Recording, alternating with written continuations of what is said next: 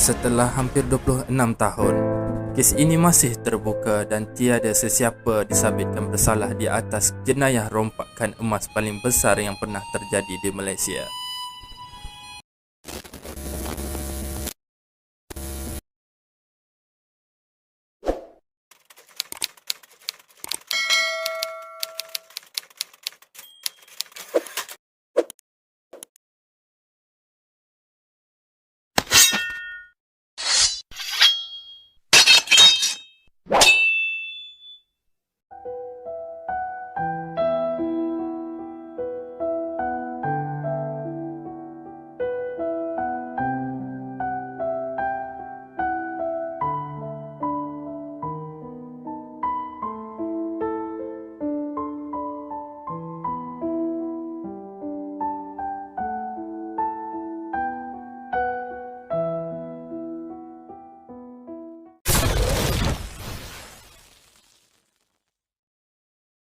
Tahukah anda, di Malaysia juga pernah tercetusnya peristiwa rompakan paling sukar untuk diselesaikan di sekitar tahun 1990-an.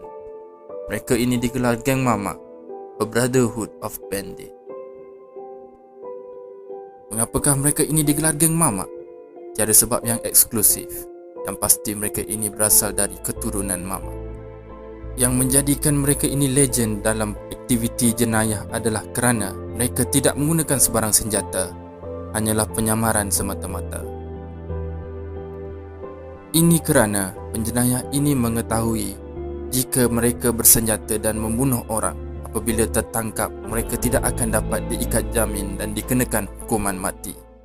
Hasilnya, jongkong emas bernilai 12 juta ringgit berjaya dilarikan dari kompleks kargo lapangan terbang antarabangsa Subang pada tahun 1994. Sekumpulan penjenayah ini diketuai oleh 5 bersaudara, iaitu Sharif, Rozlan, Nur, Amiruddin dan Yusuf Abu Bakar. Dan mereka mempunyai anggota sebanyak 14 orang yang dikatakan mempunyai hubungan persaudaraan sesama mereka.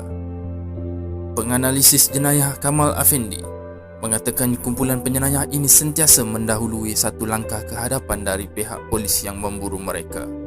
Mereka bijak merancang rompakan tersebut, contohnya seperti mengasingkan terlebih dahulu duit hasil rompakan jongkong emas sebagai duit jaminan jika tertangkap. Jongkong emas tersebut juga dikatakan telah dilebur untuk menyukarkan pihak polis mengesan di mana beradanya hasil rompakan tersebut. Peristiwa tersebut menyebabkan Perdana Menteri pada ketika itu, Dr. Mahathir Mohamad, berasa kecewa dan mempersoal kredibiliti pihak berkuasa. Dikatakan kejadian itu berlaku pada malam sambutan Hari Kemerdekaan dan mereka sengaja memilih tarikh tersebut kerana ramai yang mengambil cuti dan aktiviti kawalan keselamatan agak longgar kerana polis Diraja Malaysia sibuk dengan sambutan Hari Kemerdekaan pada ketika itu. Ramai sedia maklum, lapangan terbang antarabangsa Subang mempunyai kawalan keselamatan yang amat ketat.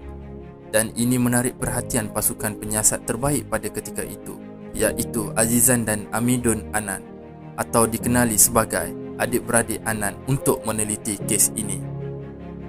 Ketika di tempat kejadian, polis mendapati 3 pegawai keselamatan terikat dengan kemas dan tidak dicederakan. Mereka mendakwa penjenayah yang terlibat adalah di kalangan pihak polis itu sendiri. Setelah menerima kecaman dan kritikan di atas kredibiliti pihak berkuasa, PDRM telah menubuhkan jawatan kuasa khas untuk menyiasat kes ini.